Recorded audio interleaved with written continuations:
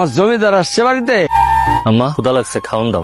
আরে বাবা রে, আমার জমিদার এসে গেছে। দাও দাও, খাওন দাও, খাওন দাও। বোমা পোলাও কোরমা রান্না হয়েছে তোমার, দাও পোলাও কোরমা কালিয়া কুর্তা যা আছে সব তাড়াতাড়ি দাও, আমার জমিদার এসে পড়ছে। আরিয়া সিংহাসনটা নিয়ে আয়। লগে মনে করে একটা গামছা নিয়ে আসিস। জমিদারের ছোট পুত্র আইছে, হাত মুখ ধুবে বসবে। নিয়ে আয়। তোর ইন্টারভিউ কেমন হয়েছে? মুখ দেখা বুঝুন আমার ইন্টারভিউ কেমন হয়েছে। আমরা আপনার সাথে সময় মতো যোগাযোগ করব, এই কথাই তো কইছে, তাই না ভাইজান? শোন, তোর একটা কথা কই, এসব ইন্টারভিউ দিয়া কোনো লাভ নাই। আমগুলোকে খেতে খাবারে কাজ কর, সংসারটার উন্নতি হইবে, ভালো হইব, বুঝছো? তা করবো কে? বাবু সাথে ঘুরে বেড়াইবো তাই করুন। তাই তোর যে এত কষ্ট করে লেখাপড়া শিখাইলা, কি লাভ হইলো? আমার আশেপাশে সব পোলা বলে চাকরি হয়ে গেছে, আর তোর চাকরি হয় না। খাই বুড়া বাপের কান্দে বসে কতদিন খাবি? আর খাইতে দাও, পেট ভরে দাও, গিলু। মা তুমি খাবার খাওন দিবা? আমি কি তোর বাপের চাকর? নিজে লইয়া খাইতে পারস না? আমার শার্টটা একটু ধুয়া দিস তো বোন, কালকে আরেকটা ইন্টারভিউ আছে। শোনো ভাইজান, আমি না তোমার চাকর না। কালকে সকালে কলেজের একটা পিকনিক আছে, 3000 টাকা চাঁদা ধরছে। বড় ভাইজানে কইছে 2000 টাকা দেবো, আর 1000 টাকা তুমি জোগাড় করে দিতে পারবা? আবার কই শার্ট ধুয়ে দিতে। আম্মা এই ডাল ছাড়া কি আর কোনো তরকারি নাই? আর কিছু রান্ধো নাই? তোর কপালে যে ভাত ঝুকছে, এটাই আল্লাহর কাছে শুকরিয়া কর। মা তোমরা সবাই মিলে আমার সাথে যে ব্যবহার শুরু করছো, আমার কি মনে হয় জানো? আমি তোমাকে নিজের পোলা না, আমি তোমাকে সব পোলা।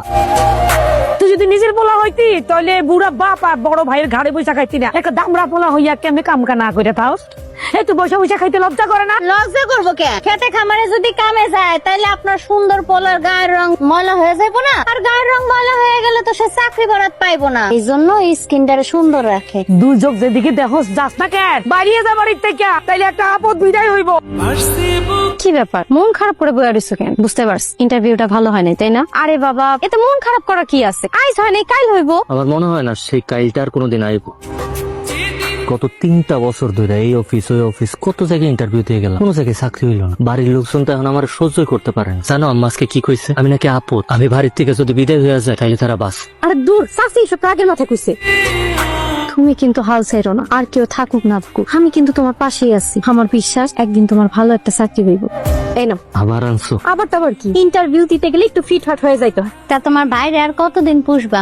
তো কোনো কাম কাজে মন নাই। যেদিন ইন্টারভিউ না থাকে সেদিন তো তোমাকে লোকে খেতে যাইতে পারে, তাহলে তো একটা কামলার টাকা বাচ্চা যায়। আচ্ছা এটা কি আমি কই না? প্রত্যেক দিনই তারে কইতাছি, কে শোনে কার কথা? ওর যেহেতু চাকরি দরকার, তাহলে একটা গার্মেন্টসেও তো চাকরি নিতে পারে। কি কইলা তুমি? তাই করবো গার্মেন্টস এর চাকরি? ওরে বাবা রে বাবা বাবা, সে হইব অফিসার। অফিসার বোঝো নাই ব্যাপারটা? এসব অফিসার গিরি করতে করতে দেখবা কোন দিন কে কান পড়া দিছে, পরে বাপের জমি এসে ভাগ চাইবো।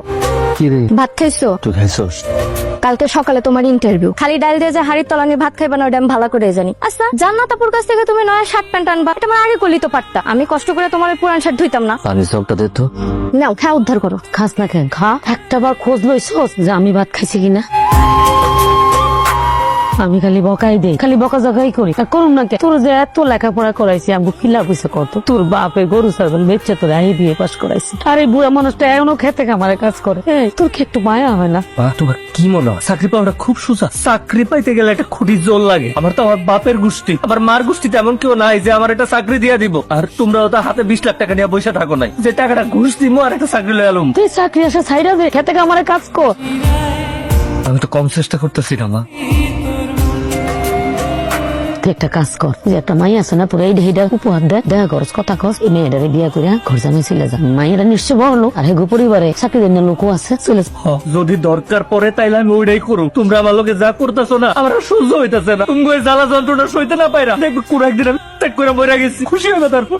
তোমার বেস্ট অফ লাক জানাইতে আসলাম। এরকম মুড অফ করে গেলে কি হইব কও? মুড হইতে হইব সাঙ্গা সাঙ্গা। তোমার কিন্তু নতুন শার্ট প্যান্টে মাশাআল্লাহ সুন্দরই লাগতেছে। আমার মনে হইতেছে এই ইন্টারভিউটা তোমার ভালো হইব, চাকরিটা হয়েও যেতে পারে।